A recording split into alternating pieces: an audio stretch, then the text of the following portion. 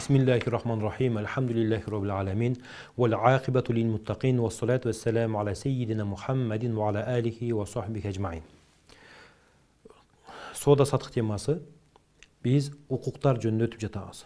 Демек, пайдалануу укугуна ээ болуу темабыз биздин. Бул жерде өткөнкү сабакта айткандай, демек кээде толук мүлк болот экен. Ал жерде адам эгер заттын өзүнө жана анын пайдасына ээ чыкса, анан кемтик укук болот экен. Бул жерде мисалы заттын өзүнө ээ чыгат, бирок пайдаланууга укугу жок. Же пайдалануу укугуна ээ, бирок заттын өзүнүн ээси эмес. Буга биз мисалы ижара жана бекер берилген, колдонууга бекер берилген нерселер жөнүндө өттүк. Эми сиздер менен биз жеке мүлктөгү жана жалпы мүлктү пайдалануу темасын окуйбуз азыр. Бул жерде мындай болуп жатат. Бирөө мисалы бир нерсени, өзүнүн мүлкүндөгү болгон нерсени пайдаланууга уруксат берет. Бул нерсени биз аль-хакку фил интифаа биха ан тарик ибаха, уруксат берүү же мубах кылуу жолу менен пайдалануу деп атайбыз. Бул кандай болот? Бул мисалы бир адам өзүнүн мүлкүндөгү нерсени башка бирөөгө колдоно бер деп уруксат берип коет, же башка колдоно бер деп уруксат берип коет. Бул кезде мисалы көбүнчө мисалы тамакты айта турган болсок, бирөө тамак сунуштады, дасторкондо тамакты сунуштады, алыңыздар жеңиңиздер деди. Ошол кезде ал магазинден сатып келинген тамак, мисалы нан, сиздин мүлкүңүздө эмес. Эгер ал жакка барсаңыз, анан сизге же деп уруксат берип жатат. Ошондо жеш гана ошол нерсени пайдаланыш, ошо жеш гана сизге мубах болуп калат. Бирок сиз башка бирөөгө ал нерсени берүүңүз же башка бирөөнү чакырып кел, сен дагы же дешиңиз шариятта уруксат эмес болот. Бул албетте адаттарга дагы жараша болот, бирок көбүнчө негизи эгер жеке мүлктө бир нерсеге уруксат берилсе, анда ошол уруксат берилген адамдын өзүнө гана ошол уруксат чектелип калат. Эми мындай десек, сиздер айтышыңыздар мүмкүн. Мисалы кыргыздарда конок чакырат, үйүнө конок келгенден кийин ошол конокко жанагы дасторкондон ар нерсени салып түйүп берет.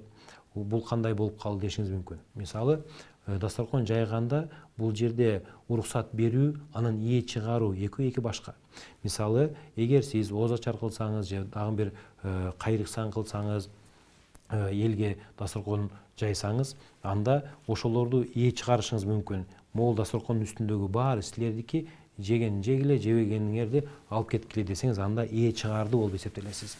Бирок ушулдан жегиле десеңиз, уруксат эле берип койсоңуз, анда ээ чыкпайт дагы, алар жейт, калганы калыш керек болот, сиздин гана уруксатыңыз менен алып кетишсе болот. Ошол сыяктуу, демек, жеке тарап өзүнүн мүлкүндөгү болгон нерсени пайдаланууга уруксат берсе, буну антарик ибаха деп коебуз.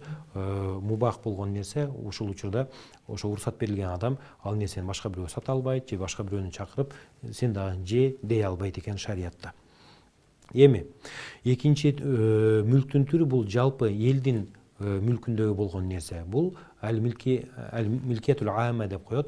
Жолдор, мисалы аккан суулар, булардын баары жалпы элдин мүлкү болгондуктан, бул учурда жеке бир адам ошол нерсени өзгөчө өзүнүн мүлкүнө өткөрүп, же өзгөчө мен эле ушул пайданы көрө алам, пайдалана алам деп өзүнө гана чектеп коюусу шариятта уруксат эмес. Мисалы жолдор бар, ошол жолдордун бирөө жолду бууп коюп, бул жолду мен эле басам, же бул мен эле үйүмө коромо алып барган жол, ошон үчүн меники деп жолдун башынан бууп алып, анан ошол жолду өзү каалагандай иштетсе болбой калат. Жол бул жалпы коомчулуктун мүлкү болгондуктан, жеке бир адам ал нерсени пайдаланууда ээ чыга албайт. Демек, ал нерсени башка бирөөгө сата албайт, бере албайт, жана башка бере албайт. Бирок уруксат берүү жагынан элдики болгондуктан, албетте жеке адамдын уруксаты дагы кереги жок. Демек, ошол жолдон же суулардан каалагандай пайдалана берсе болот, бир шарт менен башка адамга зыян тийгизип койбош керек. Ошондо эгер зыян тийгизип кое турган болсо, анда албетте шарият ага тыюу салат.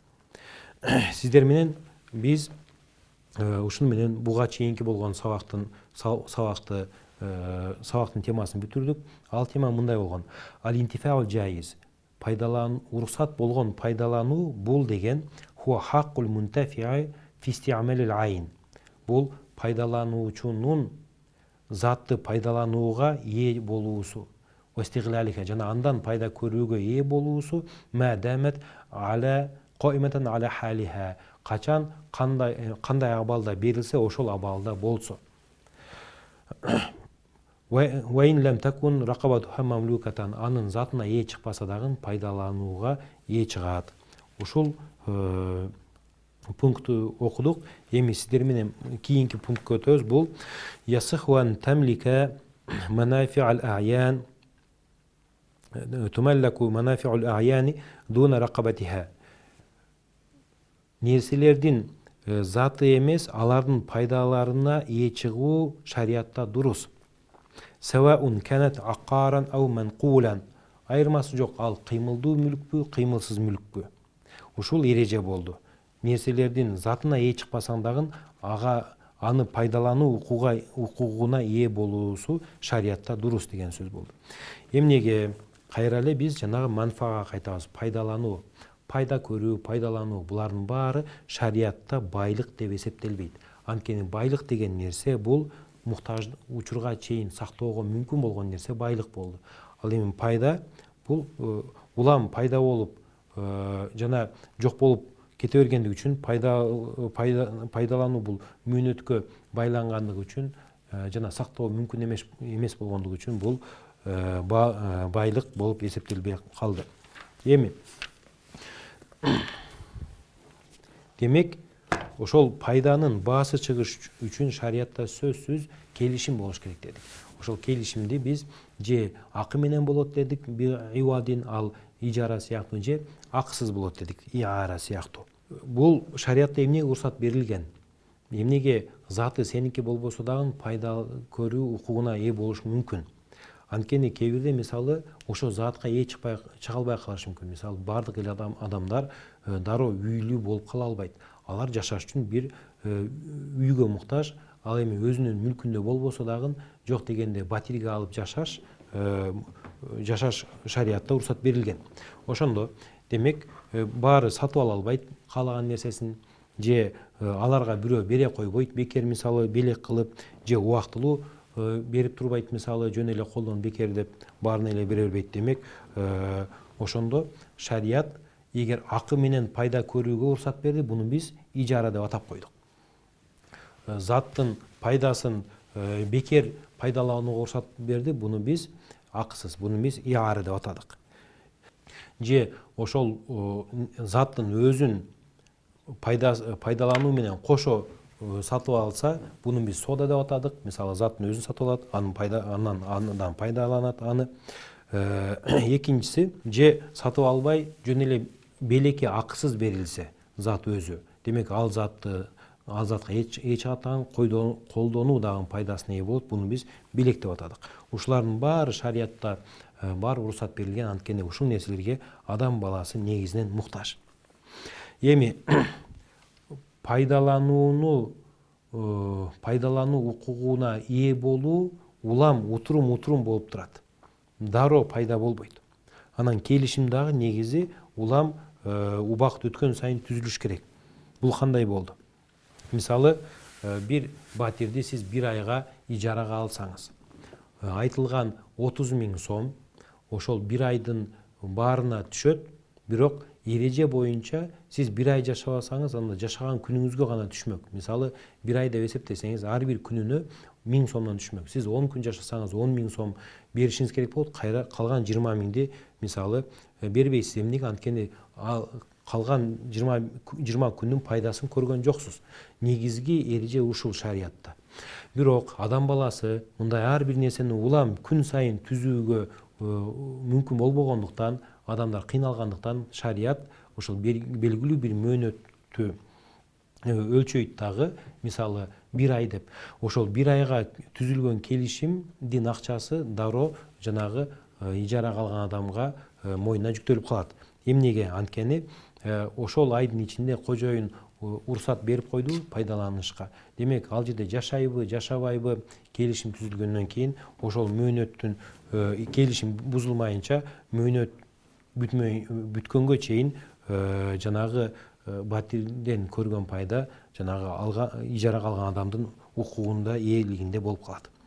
Эми биз сиздер менен жанагы нерсени айттык. Мисалы талаш тартышка алып барбаш үчүн сөзсүз мөөнөт айтылыш керек.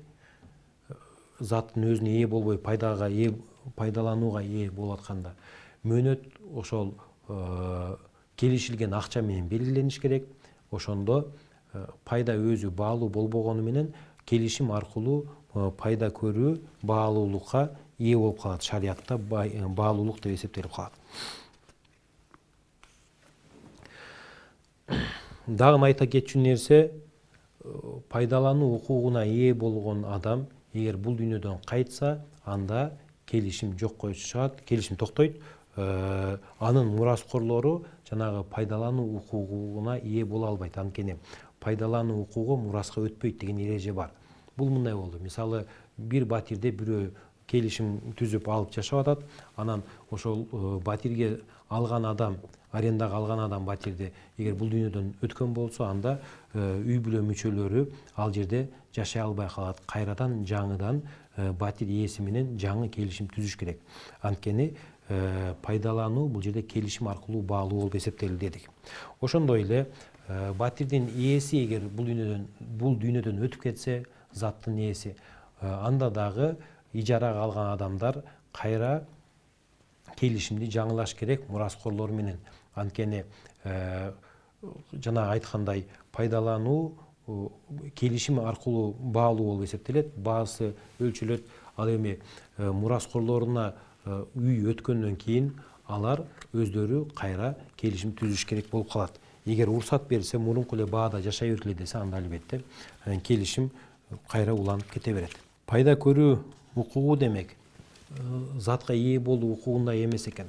Затка ээ болуу укугу бул затка ээ болгондон кийин анын аркасынан пайдалануу дагы укугу келип калат. Анткени ошол затты пайдаланыш үчүн гана алат адамдар. Бирок заттын өзүнө гана ээ болуп туруп, бирок пайдалануусун сатсаңыз болот экен, ижара сыяктуу, же бекер берип койсоңуз болот экен, иара сыяктуу. Бирок бул нерселер ошол келишим аркылуу гана баалуу болушу мүмкүн экен. Ушулардын арасында осуятты айтып кете турган болсок, шариатта осуят деген биздин бир келишимибиз бар. Осуят деген, мисалы, адам көзү тирүү кезинде мураскорлоруна могул бир затты мен өлгөндөн кийин паланча пайдалансын деп осуят кылат. Мисалы, могул үйдө паланча деген сенин тууганың жашасын деп. Анан осуят кылган адам дүйнөдөн өтөр менен күчүнө кирет дагы, жанагы адам, айтылган адам, осуят тапшырылган адам үйдө жашоо укугуна ээ болуп калат. Эми эгер ошол кимге осуят кылынса, ал адам дагы бул дүйнөдөн өтсө, анда жанагы осуят жокко чыгат. Кийин анын мураскорлору ал нерсеге, осуятка ээ боло албайт. Осуят жанагы ижара сыяктуу эле мурастан мураска өтпөйт. Ушуну менен сиздер менен биз негизи пайдалануу маселесин козгодук дагы. Пайдаланууга ээ чыгуу демек мөөнөт менен анан акысыз болот экен же акысыз болбойт экен. Булардын баары шариятыбызда айтылган. Аллахым баарыңыздарга ыраазы болсун. Эгер түшүнүксүз нерселер болуп калса, кайра угуп же суроолоруңуздар болсо жазып койсоңуздар болот иншалла. Ассаламу алейкум ва рахматуллахи ва баракатух.